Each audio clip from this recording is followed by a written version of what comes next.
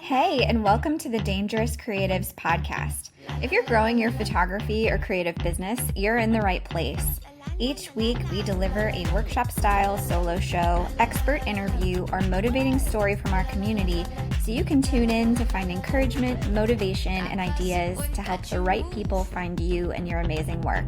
I'm your host, Kristin Sweeting. I'm a photographer and coach, and my favorite thing is helping dangerous creatives just like you stand out in a world that just wants us to blend in. I'm glad you're here. Let's dive in.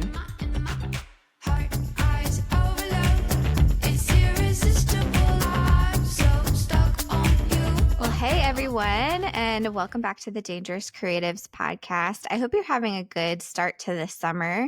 We just got back from our month in Paris, where we got to kind of mix work and play a little bit. I was speaking at a retreat and hosting a study abroad trip for educators in Paris. We had so much fun. And then the rest of the time, we did some world schooling. We did some travel. We got to see a few friends that live in Europe. And I just always love getting to change scenery and record podcasts in other places. And I don't know. It's just fun seeing the summer through different perspectives and in like a different place. So I'm hoping you're getting to do some cool things this summer too, creating some memories, whether you're at home or far away, finding that inspiration too in like a little bit of a change of pace. So whether you're super busy with weddings, you're having more of a chill year, or you're just out gallivanting around, I hope that this podcast finds you well. I'm speaking today with Miles Witt Boyer, who is a wedding photographer, a former commercial photographer, still does some commercial photography, also an Imagineer. So we are talking a lot about AI, workflows, some of the hangups that a lot of us as photographers and creatives have when it comes to starting to outsource or starting to integrate a more modern program like an AI editor or something else. So we had a really good, frank conversation about some of the challenges, but also some of the really cool things about where the photography industry is heading. So this one's going to be really encouraging and also just going to open our eyes to some things about where the photography industry is heading. So I hope you enjoy this conversation. We had such a good time chatting. I wanted to give you a heads up about some stuff coming down the pike for Dangerous Creatives. We have our annual Camp Danger coming up. It's like fancy camp for adults. We're going to talk marketing. We're going to have business mastermind conversations. It's at the end of August in Knoxville at RT Lodge, which is a venue that I've loved shooting at as a photographer. And so it's so fun to get to go now with a bunch of creatives and photographers and people from a bunch of different creative industries and just have conversations around growing our business and encouraging each other, and also eating really good food and being in a beautiful place and being well taken care of. So it's really fun. It's definitely fancy camp for adults. So if you're ready to do all of that with a group of really cool people, would love to have you at Camp Danger. The link is in the show notes. Also, we are prepping for some of our other trips that we have coming up. So we have a Greece trip just for wedding photographers, also in August, and we have a bridal fashion week trip to New York City in October. It's almost full, but there's a couple more spots. So if you've been thinking about doing something with us for a while, you've thought about joining the membership, or you've thought about coming on a trip, this would be a really good time to come, because we have a lot of in-person things coming up.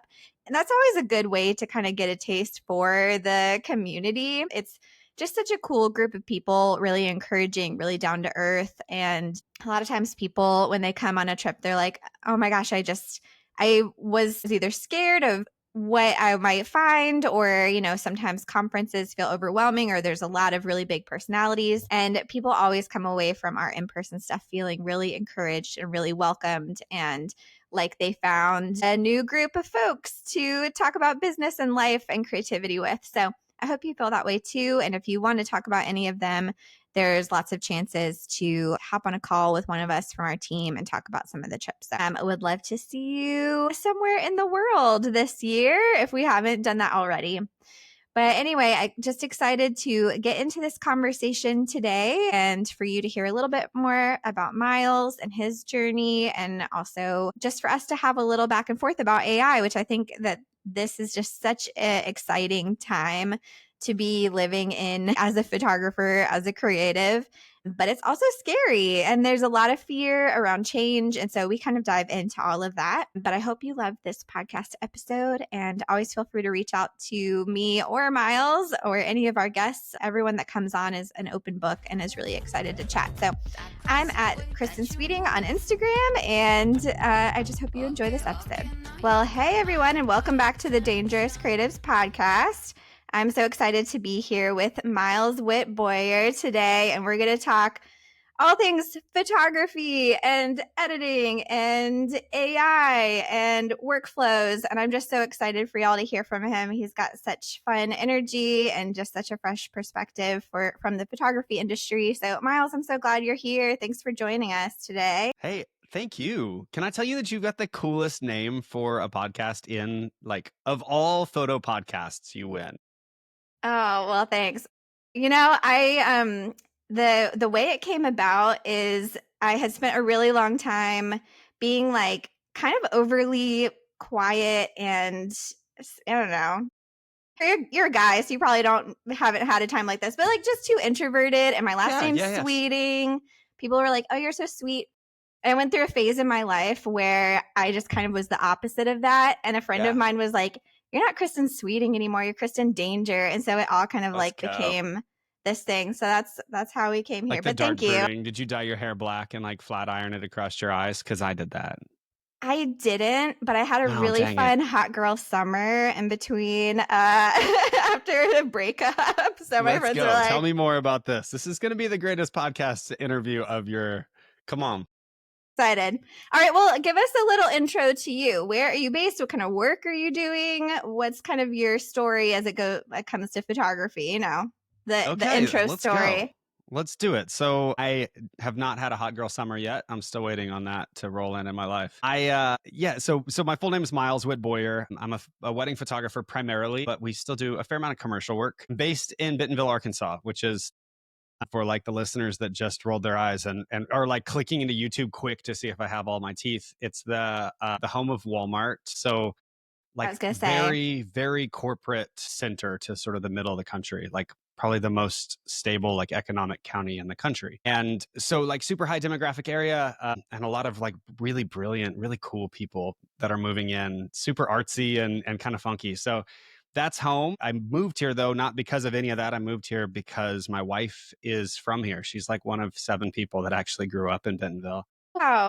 Yeah. So I've lived kind of all over the place and shot all the things. I worked for a whitewater kayaking company for a while as a photographer, like would kayak out ahead of the rafters and like take pictures of the tourists getting kicked out of the boat, and worked for a rock climbing, like a summer camp, and shot kids climbing for a while, and then moved to New York and worked for an ad agency shooting like modeling work. And I feel like most of our industry has kind of like, sadly, I think a lot of people sort of see weddings as like a step into where they want to go with their career. And I'm really blessed, to be honest, Kristin, to be able to say like mine was the opposite. I've shot the big things. And when I got married and moved to Arkansas, the big conversation was like, okay, now what? And I was kicking and screaming about weddings at the time. And sidebar here, I actually had a senior thesis in film school where I wrote a paper about how wedding photography was killing the industry. Geez. So So you God's had got kind a of funny like sense of humor. a karmic moment where it's Yes, like now yes. And here I you're am. shooting weddings. So, but that was That's like 600 amazing. weddings ago and all over the world at this point. And I'm not looking back. I love this job so much. And so now I have just enough of a platform that I get to hang out with cool people like you and tell that story and hopefully like encourage other photographers to not take shortcuts. Because Yeah. like, at least for me, the friction, like the pain, the hard stuff was where all the art showed up. Like before all of that, I was a dumb kid with a camera, and like then things got real, and suddenly like my art got better. So yeah, let's go. Yeah, for sure. Can you think back to any of those early weddings of like what was one of those moments of friction? Like what was one of those things? You probably weren't glad in the moment, but looking back, you're like, that really was a great learning experience for me. Yeah, I mean, I could go like kind of surface level and just say, I mean, the first several years of my career, I was chasing what I thought wedding photography was supposed to be. Yeah. And like, keep in mind, this was long enough ago. I mean, I'm not super old, but I'm older than a lot of the industry at this point. So that was long enough ago that there wasn't a roadmap for this. Like, there weren't people that were teaching like how to do this. And so all we were doing was just looking at each other and saying like, well, okay, like if that guy's got all the bridesmaids jumping up in the air, maybe I should have all the bridesmaids jumping up in the air, right?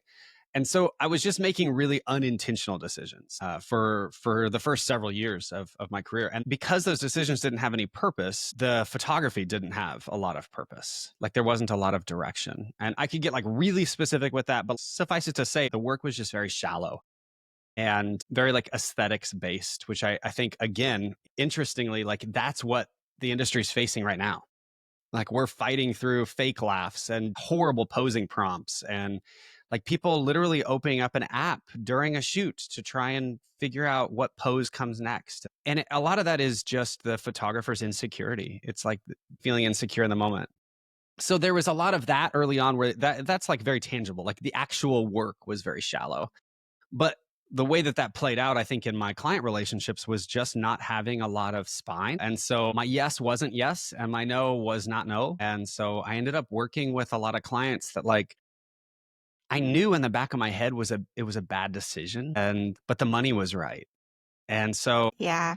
it took me a number of years. And I also hear this because I'm an educator. So I hear on the other end of that conversation, a lot of people say, like, yes, but I have to feed my kids. Like, I have to pay my mortgage. So I have to say yes when the money is right. And my retort to that always is like, every time that you say yes to the wrong client, and then you bend over backwards and you take care of them and you love on them and you create work that you're surprised at how good it was, and you reinforce how talented you are, and then you deliver work to a client that you don't like, that client tells a whole bunch more people that you don't like about you. And you just get surrounded by clientele that is not where you want to head. And so, like, you have to say no eventually. And it's so much easier to say no early on, right? Good advice. And that is really, I think it is really hard for a lot of us to say no. But just like, I've also found it to be so, it's like magnetic to the right people when you're saying Mhm. no. And I've never had a better financial year than after the year I refunded a couple people. It's like, That's the story right there. this is not, because your energy and how you're excited to show up with people is so valuable. And so if you're kind of like giving that to people who aren't appreciating it, or you're not feeling connected to or aligned to, whatever, it really does drain you after a while. So I love that that's something that you're really passionate about sharing with Yeah. photographers. Well, and this is a craft. Like, I think that's the thing that so much of our industry forgets is, and I know this is going to like kind of take us into where we're headed for this particular conversation, but you have to practice this. Like, and it's not just practice pressing that little button and then pressing the like three other buttons that affect that button. It's the time spent being able to see moments coming, or like that kind of weird sixth sense when you walk into a room and you realize like the emotion is brewing and you're in the right room. And all of that stuff is practice. And like, the most talented wedding photographers, there's a reason why like workshops in general get such a bad rap, because that's the stuff that's like impossible to teach. There's not a shortcut to it. Like, until you have bustled 10,000 dresses, you don't know, especially maybe as like a young straight guy, I don't know how to explain to people the value of learning how to bustle a dress. I just know that when I'm the guy that can help, it makes things go smoother, right? So you have to practice this. If you spend your whole life in that like imbalance of trying to make the wrong people happy, you never get good at making the right people happy. Yeah. Yeah, that's so good. And, just to segue too into kind of what we're talking about, also I think your family and the people that you kind of started the business because of, right? Exactly. Yeah. Yeah. I know I want to hear more about you being a professor because I saw that in your bio, but I'll ask it, like, if you were to have a thesis statement for your wedding photography, what would it be? Like, what's your why? I 100%. I do this for the people, for the relationships. The camera is a really cool tool, but it's just a tool. I'm fully convinced that had I never picked up a camera, I would have found a service opportunity, a creative a creative outlet to serve people and love on people. And yeah, that's it. The why is 100% that, but it is reinforced by the fact that like I have people at home that don't just need me. Again, like I think a lot of our conversations, like we've got to get back to talking about our family like we like them. It's not just like they're not just mouths to feed. Like I have two brilliant little boys just two walls away from where I'm sitting right now. And they got up this morning and it's summer and they had some chores to do and they watched a little TV and it's raining, so soccer camp is canceled, and like that's my actual life, right? And they don't know me as Miles Witt Boyer. They don't even know me as Miles, right? Like I'm dad. And those are the people that at the end of the day, like if I'm not honoring and like protecting those relationships and my marriage and like those things have to have so much gravity that they inform everything else. And so, yeah, I like us talking. I love so much that you want to talk through some of the AI and just sort of the modernization of the industry, because the reality is we have to start to set guardrails to our own success. Like there has to be ceilings to where we say, like, I know when I say, going back to this, like when I say yes to this event, I'm saying no to something else. I'm missing another soccer game. I'm missing another, I don't know, whatever people's kids are into. But if we don't get good at understanding that, like what the give and take is, like, Kristin, let me back up and tell you really quick. So my little guy turns 10 this year. My And son does too. They're oh, the that's same so fun. age. Okay, that makes me Yeah. happy. I love that. So he turns 10 this year, but my oldest is 13. I missed his 10th birthday. Mm, And I don't even know if he remembers that, to be honest. But I had a conversation with him like 6 months before his 10th birthday where I was like, hey, daddy has an opportunity for a huge wedding. And I can't remember if it was in New York or New Jersey, but I was like, I'm going to leave it up to you, which is the most manipulative thing a dad can do, right? It was so absurd that I did that. But I was like, well, if you're okay with it, maybe we can do your birthday party as soon as we get back, and we'll make it special. It won't affect it at all, but and so of course, like my sweet little 9-year-old looked at me and was like, "Daddy, yeah, go work." And he made the sacrifice for me that I wasn't willing to make for him. aw, And yeah. I spent that entire day. The wedding was beautiful. We shot the heck out of it, but I was miserable. Like I was miserable. And I came home and I realized, like, we can we can skip a lot, but he'll never have another 10th birthday. Like that's the one. And it's not so much, I guess, about the number, but I'm like keenly aware now my little guy is about to turn 10. And on August 4th, and I have a wedding on August 8th. And I'm like, you better believe, right? Like we're gonna double down on just like pouring into these kids because it's fleeting. It's going quick. So anyway. Yeah. Thanks for sharing that story. I know that that is probably like a painful memory looking back, but also I can't tell you how many people have made similar choices. Sometimes you feel like you have to or whatever, but I think it really is courageous to choose your family over success, especially where your peers are constantly asking you how many weddings do you have booked, and everyone's kind of weighing each other against the other one. And I always feel kind of like an oddball when I'm like, I'm really proud of how few I have because I've really created, a business that is quality over quantity, and I'm really proud of that. But like, it is an interesting culture to be in where we're all kind of comparing based on how many we have booked and how busy we are, and not kind of some of these other things that I think are deeper and more meaningful to us. Yeah. Well, so like, do you ever think, I feel like you're going to agree with me instantly. The vast majority of us as creatives, like we're obsessed with metrics, but we're looking at the wrong ones all the time, right? Like we're looking at follower count, which is so dumb when you can buy your followers, Yeah. right? Yeah. Or we're looking at like number of weddings. You guys, if I only charged $1,000 a wedding, I could have 365 weddings a year. Yeah. You know what I Yeah. mean? No, exactly. I mean, we often, I think we're looking at the wrong metrics as opposed to like, hey, like my buddy Brady Prayer from Blacksmith is like obsessed with people about talking to people about like, hey, what's your retirement strategy? And you ever want to see a group of photographers look like panic, Yeah. right? They're like, Yeah. what's a retirement strategy? And he goes, I mean, you're taking all these classes talking about how to become a 6-figure photographer and a 7-figure photographer, but like, what's your exit strategy? And people are Yeah. like, oh, well, I don't want to exit. You really think you're going to dance with the bridesmaids when you're 80? Like, Yeah. that's probably not a realistic perspective. So I think we just have to have like a really healthy way to look at like, what are the metrics that matter? How are we serving people in a way that's like that's right now and relevant?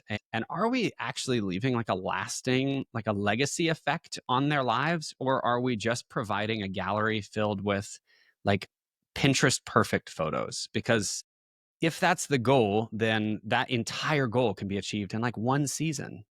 And then bail, then get out. Like shoot on aperture priority, play the overexposed by two stop game, make the bridesmaids laugh, and then bail because you're going to achieve all your goals so quick. So, like, I don't know, set the bar higher for yourself. Keep marriages together, Yeah. you Yeah. know? Anyway, Yeah. that's a soapbox. Don't take me down that one.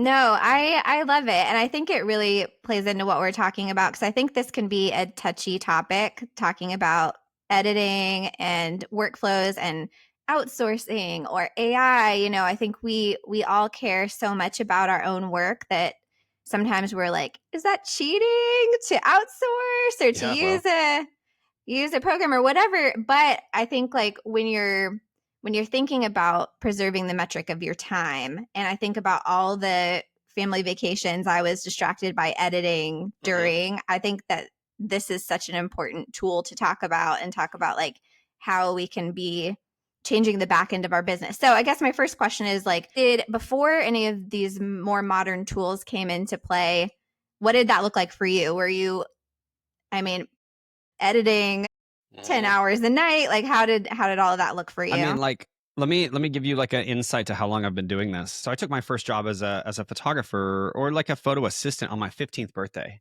for an architectural shooter, but his wife was a wedding photographer that shot all like Hasselblad film. And so my Love job it. was like load her film backs and Yeah. like load her 35s and keep a literal fanny pack on that was like, on one side was like shot film and the other side was unshot film. And it's so funny to me now because the industry is like obsessed with film. And I'm like, you guys, that was like the late 1990s. Yeah. Anyway, it's fine. But so I grew up in this industry watching what slow looks like, what it actually looks like. But then I kind of survived through college and film school, learning how most of our listeners like will have no idea what this even is, but what a Photoshop action is. A Photoshop action is like before there were presets, you could like pre-record keystrokes essentially and create a look on a photo in Photoshop. But you had to open one at a time and like create that look, refine it, and then save that file and open the next one. And so you used like Bridge or Finder or something like that to go through a wedding, literally one at a time. There was no culling software; it didn't exist. No, Photo I mechanic remember. maybe, but I yeah. remember. Now I'm like, man, it's so easy out there in these streets, Right. It is.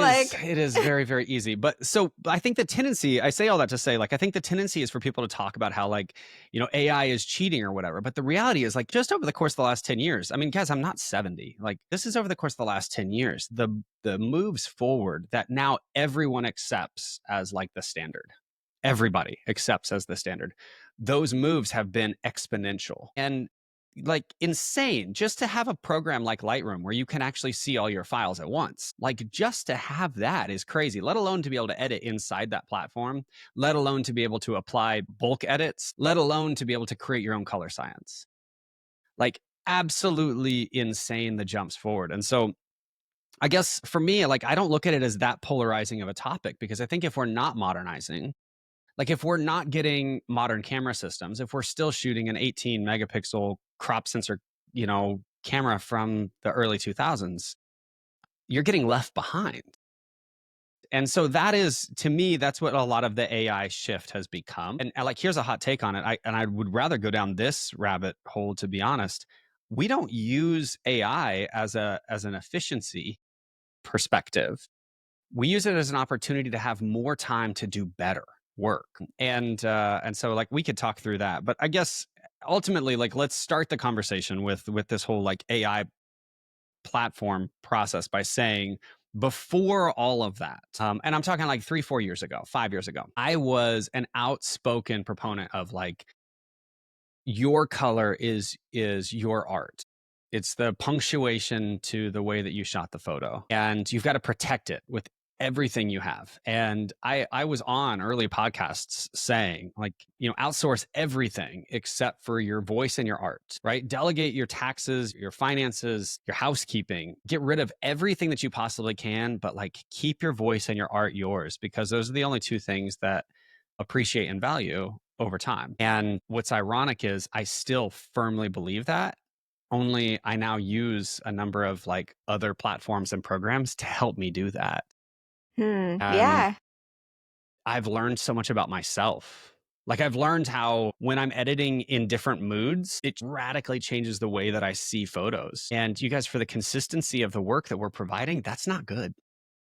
Right.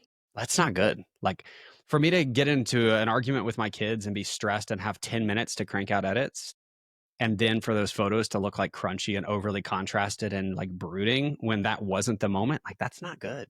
The whole wedding's in black and white now because Literally, the yeah. world is Because just everything's dark and I'm listening to, everything's a bad I'm listening place. to Yeah. emo. And I mean, okay, let me tell you like a quick story. So years and years ago, I shot a wedding. This was like one of the very first weddings I ever shot alone, and very small wedding, super sweet couple. They had like a 3-day long weekend essentially. So I shot their kind of intimate family only ceremony on a Friday, and then in Arkansas, and then on Sunday they had a reception in New Orleans.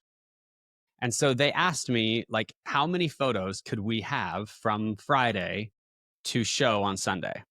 Now, like, put that in perspective now. The crazy thing is, like, everything's for sale, right? If you're willing to pay enough, I could have your gallery done in 48 hours. I wouldn't love it, but but it's possible. Like, I Right. could do Yeah. it. Yeah. Here's I think a more realistic angle is 36 to 48 hours after every wedding, we quick turn around 100 to maybe 120 photos, like sneak peeks.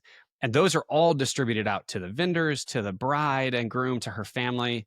Like, that's marketing strategy at its finest now. But 100%. back then, I committed in my contract to 40 photos.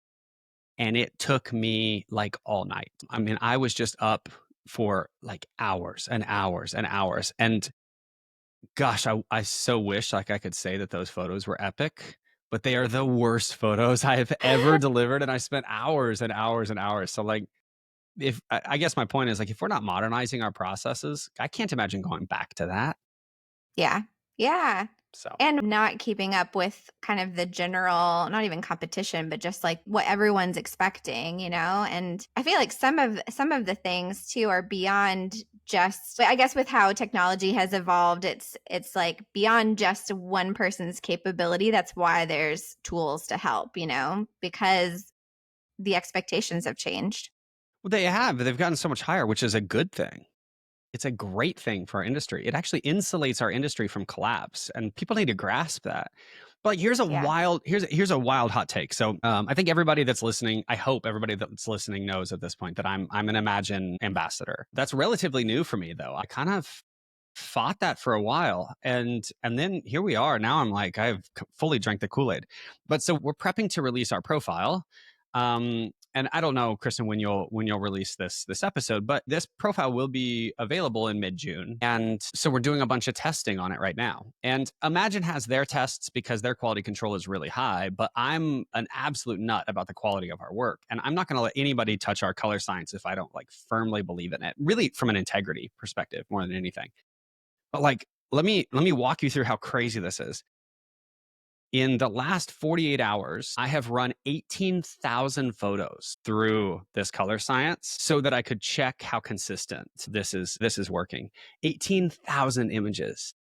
Like, that's insane. And it is so cool that this AI system has learned every keystroke, every decision I've made. When I see something that's out of focus that I love, that I've kept it, when I overexpose, when I under, what I like the shadows to feel like, where skin tones land.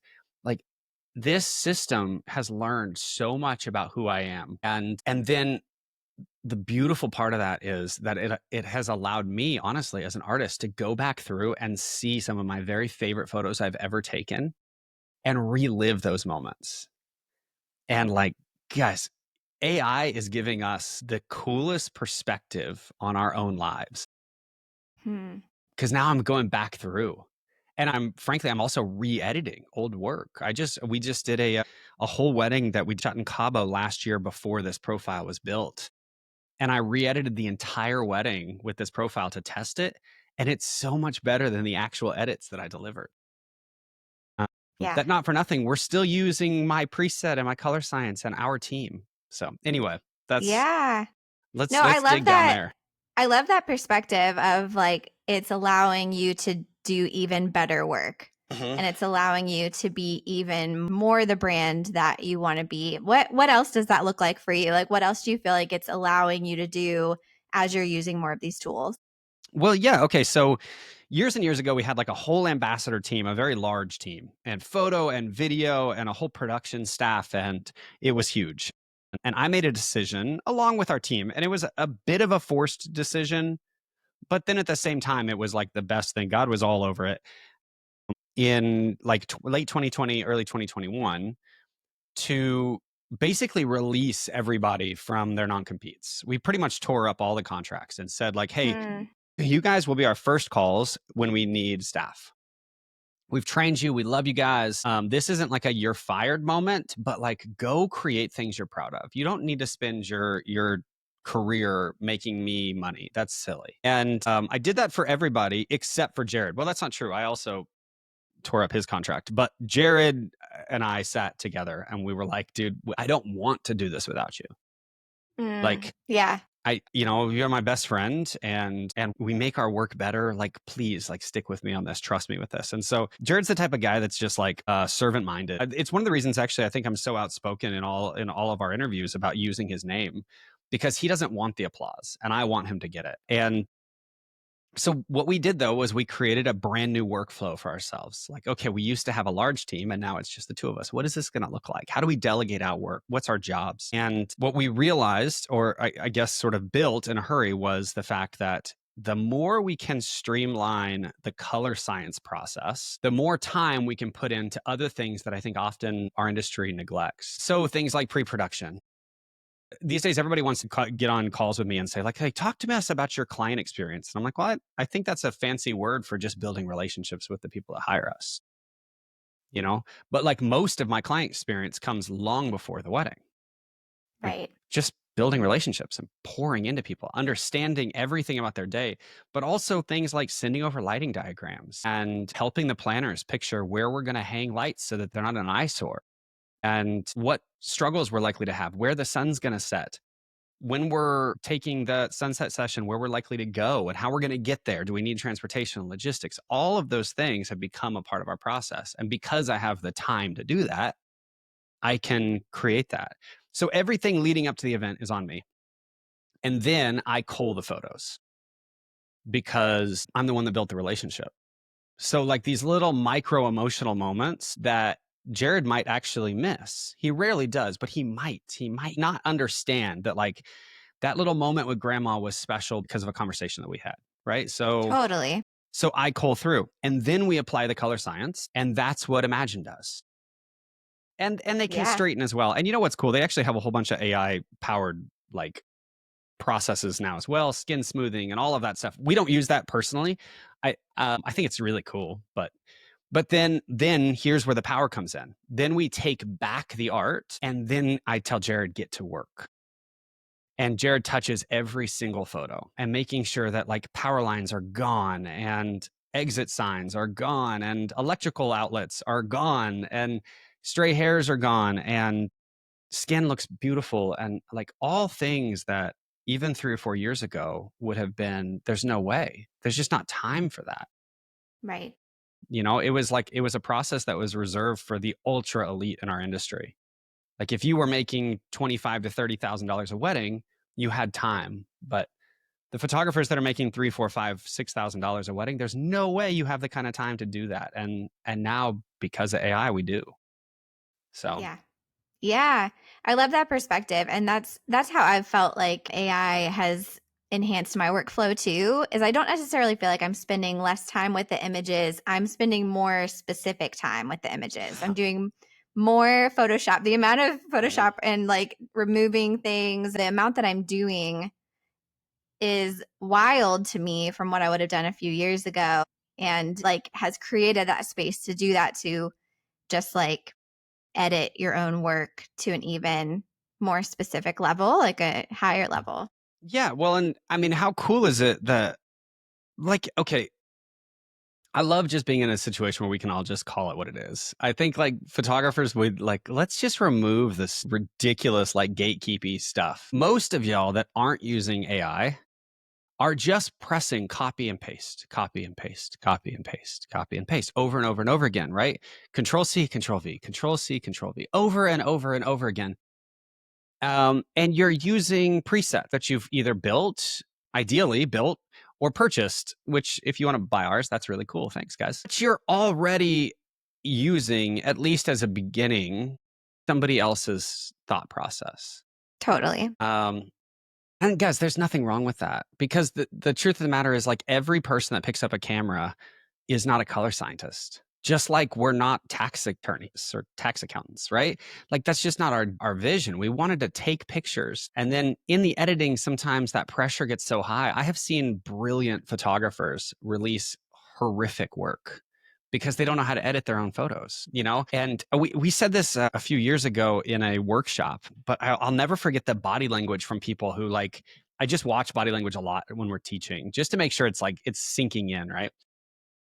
But people sat back in their seats like shook when I asked them, like, what if you have already taken the most beautiful photo you're ever going to take and you didn't even know it? Like you culled it out, or you applied a crappy edit to it, or the crop was bad or whatever. But like, what if you've already peaked and you don't even know? And you're going to spend the next 15 or 20 years of your career just spinning your wheels, and the award winner, like the Pulitzer image, is already done and it's gone and it's buried in your archive somewhere and you don't even know how to find it. And I think utilizing like smart technology as well as just good relationships, like good friends, people that are willing to look at your work really analytically and help you say like, hey, that's really bad. But I have those friends. I do. I've had friends before that have sent me over photos they're super proud of. And they're like, hey, tell me what you think. And I'm like, wow, that edit is really crunchy. Why did you do that? But like that stuff's good. Like that's good. And we just have to stop like isolating ourselves from the world and instead like just love better, like serve people bigger. And if AI helps you with that, then go for it. I mean, it does me for sure.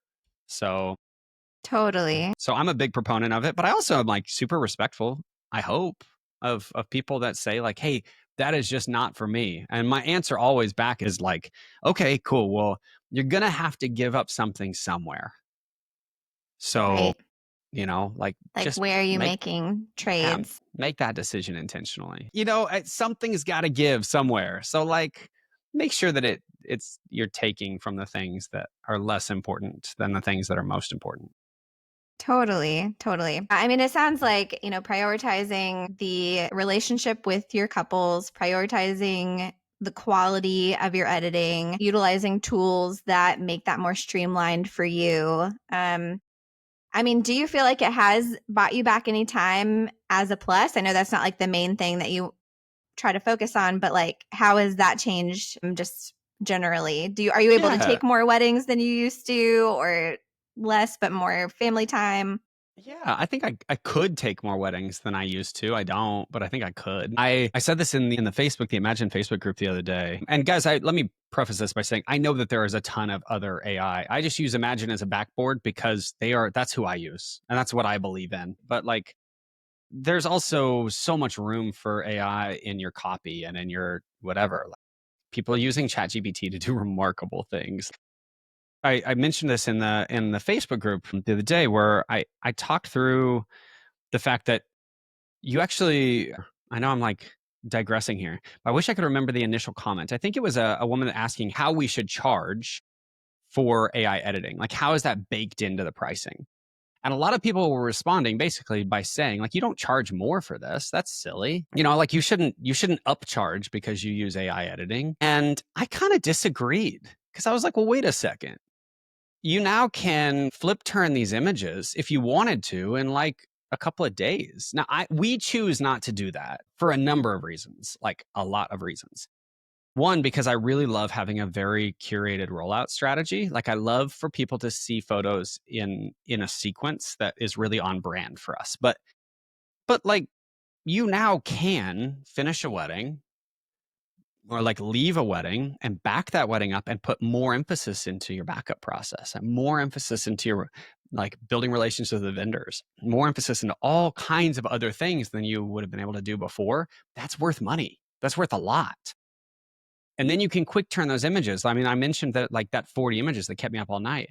I could have 40 images to a client, before midnight, almost every single wedding. I don't, but I could.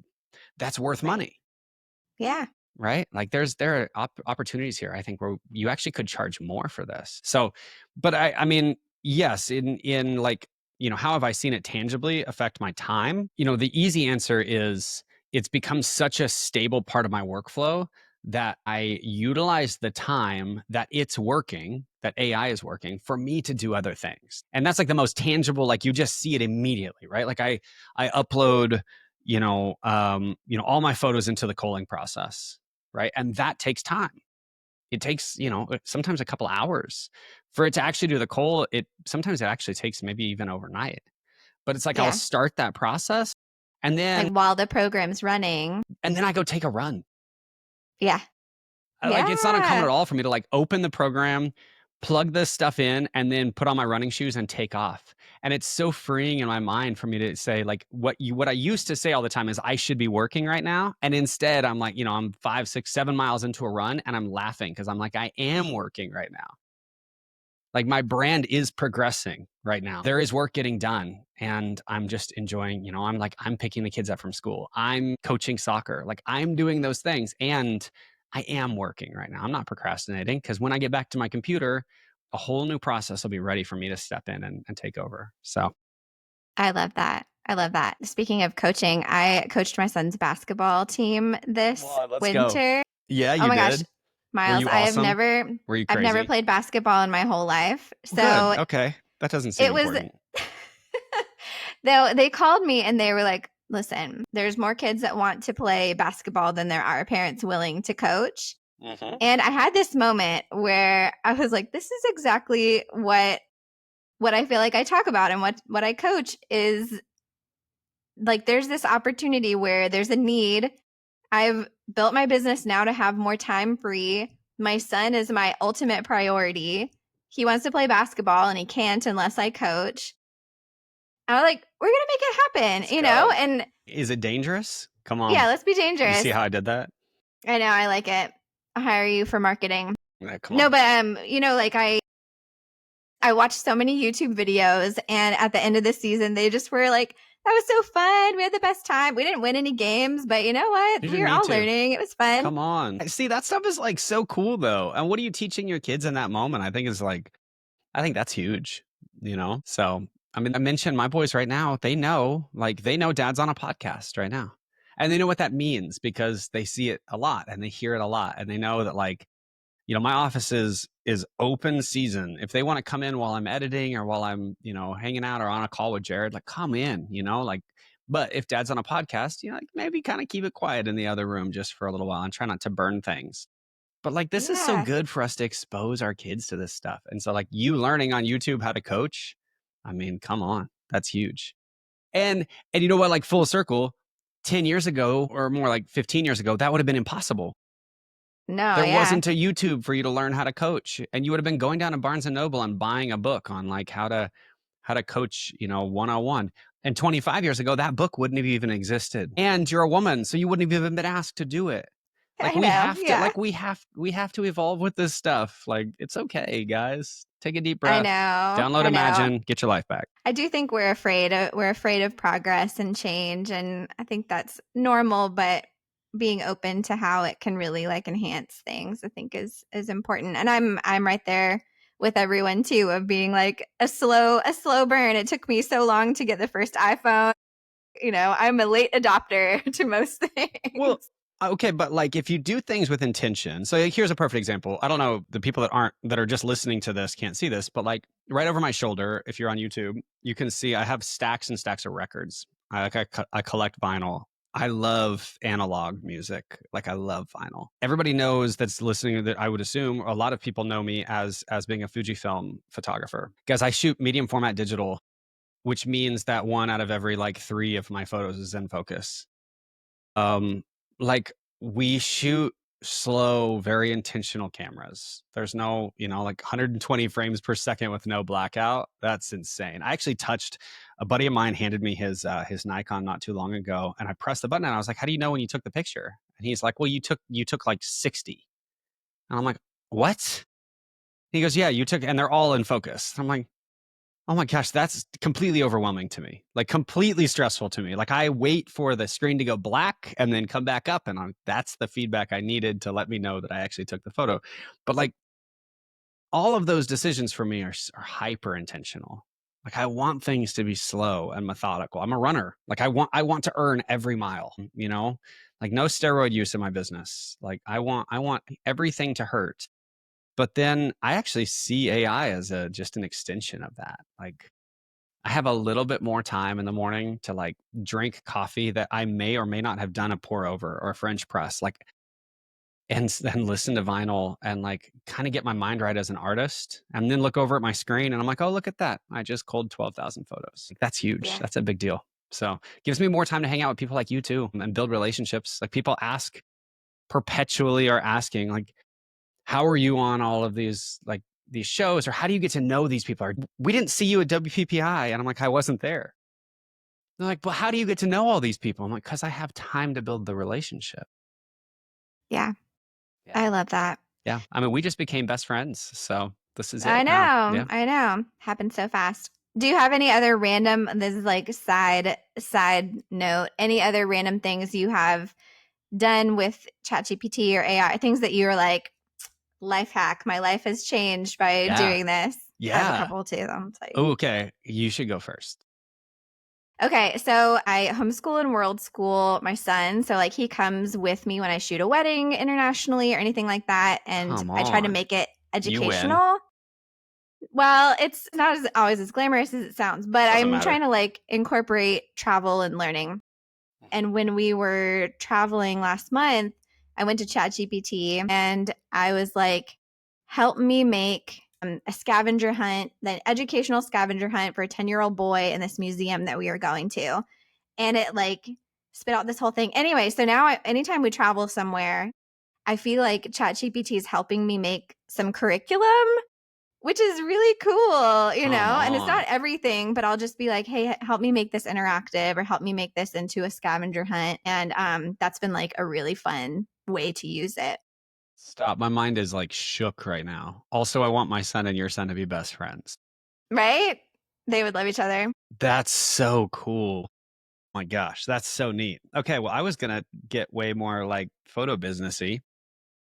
I know, sorry, that was random. It can be anything. No, yours is way cooler than mine now. I should have gone first. So I spent a fair amount of time last year. I was hired as like a marketing consultant for a company, and they put me on a retainer to basically just like help them understand what was going right and what was going wrong. A little bit outside of my wheelhouse because I'm a wedding photographer. And at the same time, like I sit in those roles for like a short period of time, right? Like I sit in like almost like an interim CMO for like 2 or 3 months for companies that are growing really rapidly, and they want to see like how do they get their Instagram engagement higher or whatever. And so I started doing research on like how to do this and save myself some time. And then I used it for my own business, which was mind blowing. But I think people don't grasp, or maybe it was just me that I'm dumb, that like ChatGPT out of the box is really pretty shallow. Like I'm not going to use the word stupid, but kinda. It's kind of dumb. You're kind of talking to somebody with a fairly low IQ. But if you'll invest in it first, it gets to know you and like your needs really, really rapidly. And so I spent some time learning how to do that with this company. But then the way it translated in my company was me starting to do prompts that are like every time I had like a free 10 minutes, I would get in and do prompts and be like, hey, ChatGPT, what are 5 questions that you would ask me to get to know my business better? Or like, if you could sit down with me over coffee, what are the 3 top things that you would want to know about my goals or about my Oh, future? I like Or those. Yeah. I mean, I would just like pour and pour and pour into this thing, almost like a friend, which was a little creepy, to be honest. But I would write paragraphs. I really would. Like, I would write back in paragraphs. And then I would tell it, I want you to learn my voice when I have this. I want you to like hear me, understand me, get to know me, and then like ask me more questions. What else comes up from that? What is like anyway, over time what I realized was I had trained ChatGPT to really understand my values as a photographer. And now keep in mind, I know everybody's going to like roll their eyes, be like, it can't, it's just a program. It can, because all it's doing is just mimicking, right? And Right. like we all remember in grade school, like the most annoying thing anybody would ever do would just play like copycat. But like that's literally all it's doing is just mimicking, but it's doing it very effectively. And so then what I was able to do, and I don't follow this perfectly by any means, but it definitely informs the way that I do this job, is for specifically for this other company. I was able to say, after I went through that process, had ChatGPT get to know this company very well, then I would say like, hey, I need a 365 and 52 week and 12-month social media calendar, and I want it to cross Yeah. over on all major holidays. I want you to find specific hashtags and captions that fit a high like algorithmic reach. And I want you to send me over descriptions of key images that you think would fit in these situations. And I'm talking in seconds. I had what would have cost an ad agency $30,000 to $40,000. Yeah. And it's That's insane. So incredible. I've used that in my own business like crazy, to just now it's like I have a bird's eye view on a social media strategy. I don't follow it to the letter, but it's like some days you wake up, right? And you're like, gosh, I should probably feed the beast, right? What You're like, should I I don't say know what I should. today? And it's like I can look back up and be like, hey, what, on April 18th, what was the suggestion? It's like, oh my gosh, it's National Cheeseburger Day. I don't know. And it's like, oh, I do have that photo of that couple eating that cheeseburger from, right? And it's like, it's just a dumb way to be able to kind of like streamline every decision. So I've used ChatGPT like that a lot. And also, what's the Google email one? I've used that a fair amount. Honeybooks, actually, Honeybooks AI is awesome. Really? Yeah, the way it That's like learns amazing. your voice, and so it'll like pre-write an email for you. Like I'll get an email in that's like all these questions, and then I can click like, like AI reply, and it'll pre-write a whole email. I still have to go in and like tweak it, but it's awesome. Like it's so nice to be able to say, like sometimes it's a little corny, it's like, warmly, best wishes, Miles Boyer, right? I'm like, I don't know You're about like, that, but okay, maybe switch that up. less than best wishes. But anyway, stuff like that The I less love. than best. That would be a good way to sign off an email if you were trying to be like the snarky email person, like less than best. That's it. I'm updating my signature right now. I know. Less than best. Well, I'm so curious about your AI profile that you're making too, Mhm. because we love talking about multiple revenue streams as a Yeah. photographer and creative here. I just think it's like so smart and so it helps so many things. So, anyway, tell me about that process and how that has gone building that, what it's going to be like, where people can find it, all of that kind of stuff. Okay, so I went super nerdy on this whole process because I was watching. So, like, the Imagine profile shop is open right now. And so you can create a profile, or maybe you already have a profile that you're super proud of. You can submit it to the profile shop, and they go through and they test it against a whole bunch of different parameters to make sure that it's not only going to work on your camera, or like not only going to work in specific situations. And my understanding is that even if it does only work, so say you build a profile that's like built for direct flash, that they may actually approve that. It just needs to say in some of the copy somewhere that like this is built for, like that editorial look.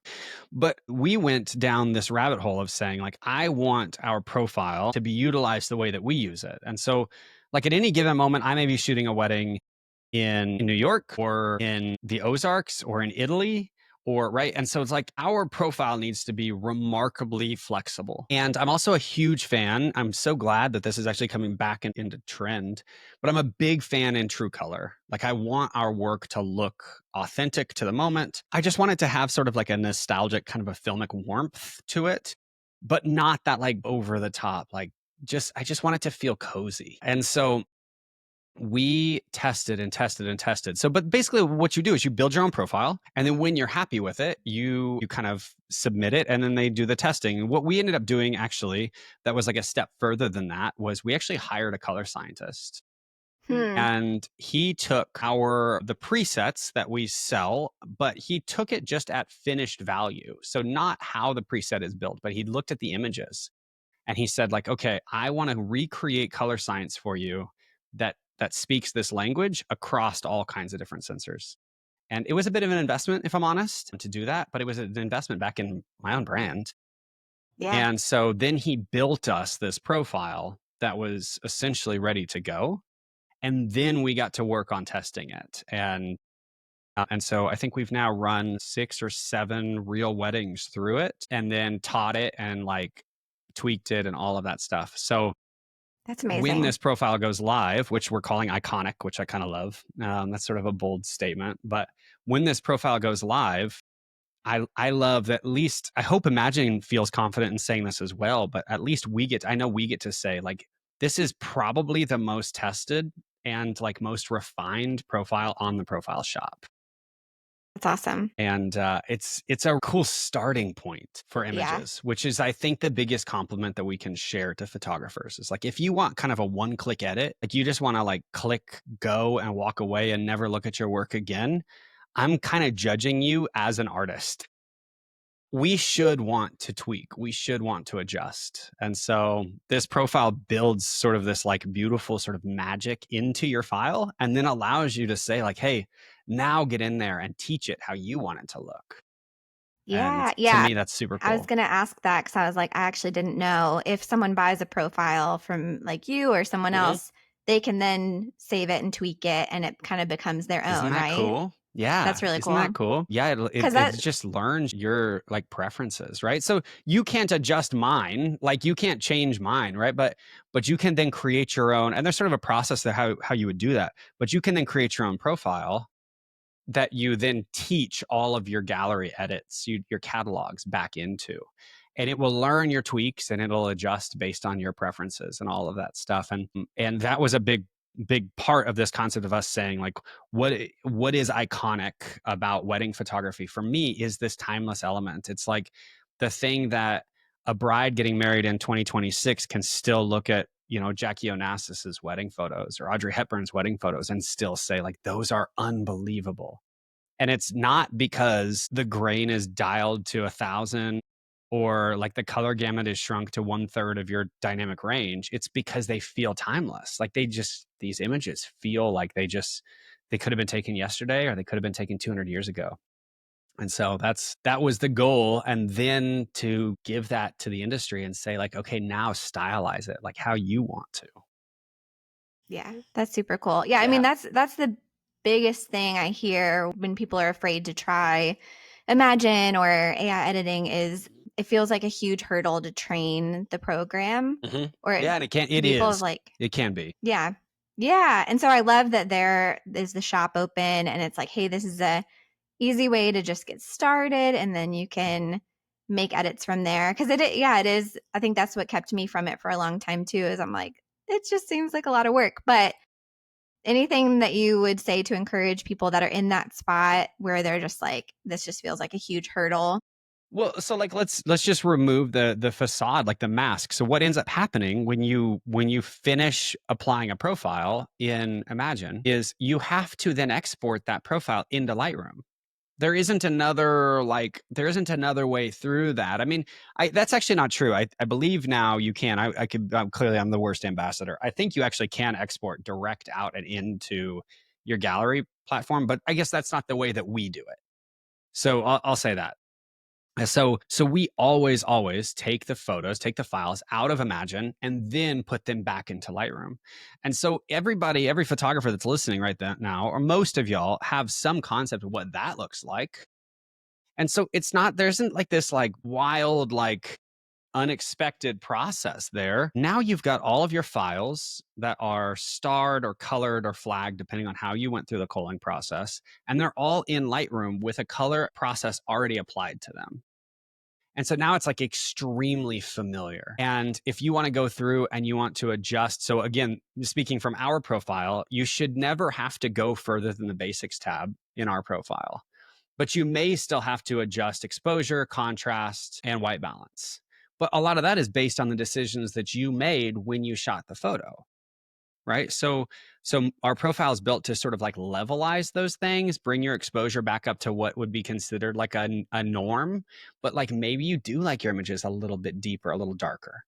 Then you still have to go back through and like drop the exposure a little bit, or like, play with the contrast or warm it or cool it.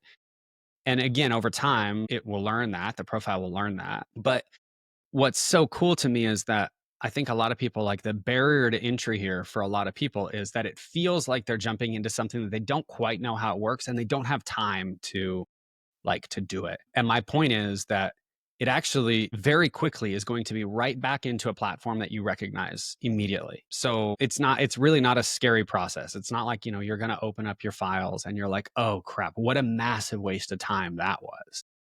You're Right. gonna open up your files and you look at them and you're like, okay, this is back to where I'm very familiar with, and hopefully the only major jump was, instead of like having to go A, B, C, D, you went from A to D. Mm-hmm. So anyway, that Yeah. for me is like the biggest jump, and the fun of it. And I mean that sincerely. Like, it's fun for me to open up a gallery and have, sometimes the culling can be a little bit like, I wish the culling was actually a little bit more specific sometimes, because there's times where like we'll open up, this actually just happened to us. We shot a large 2-day wedding. We shot 18,400 photos in 2 days between Jared and I. Way, way too many photos, but it was 2 long, long days. And so I ran those through the culling and basically said, like, only give me the top images. Like, that's what I want to see. And it still loaded over 5,000 photos edited into Lightroom. And I was like, oh Lord, like, we've got to get rid of so many of these. There's no way I'm delivering 5,000 photos to this couple. Your So, client's like, wow. but it's still so cool to be able to load a gallery of 5,000 edited photos. Like, that's Yeah. nuts. Yeah. And again, like, relatively, I mean, I get it, everybody, full disclaimer, I don't pay for this. I'm an ambassador, right? But like, even if I had, relatively inexpensive based on just the sheer amount of time that it saved me. So now I get to spend more time going back through and like curating and curating and curating and saying like, hey, they don't need all 4 of those. Let's just give them 1. So Right. Love it. Well, Miles, thank you so much for being on the podcast today. It's been so fun to get to know you, and I'm sure everyone listening is just excited to hear all the things that you're up to. Anything you want to share about what you do or ways people can connect with you? Sure. I mean, I kind of have loved this chat, by the way, Kristin. I feel like in general, a lot of times when we're in interviews, they're not quite this like focused on like one, like, let's talk about this topic. So thanks for being awesome. I really appreciate you keeping my very ADD self on topic. Yeah. So yeah, guys, find me. Let's just like easiest place is just hit me on Instagram. It's just at Miles Witt Boyer on Instagram, Wit with no H. And you guys, I will reply. That's something I always commit to. Like, I will, and not like a virtual assistant or something like that. I will personally reply to every message. So if you have questions about the way this stuff works, or if I like super pissed you off and you just feel like you need to air that out, it's okay. Like, drop me a DM and like, build relationships with people. That's where I'm at anyway.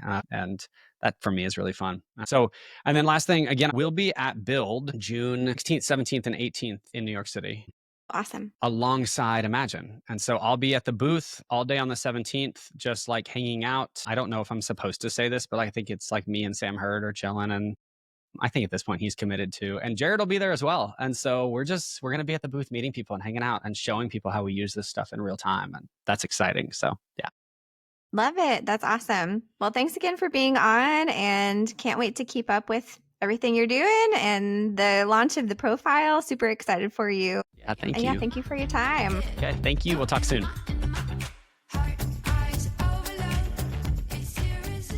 Thanks for listening to today's episode of the Dangerous Creatives podcast. Check out dangerschool.com to join our community and support the show. Thanks to our team, Jen Madigan Creative, for producing, and to Fire Choir for our intro music. Tune in again next time, and thanks for your support.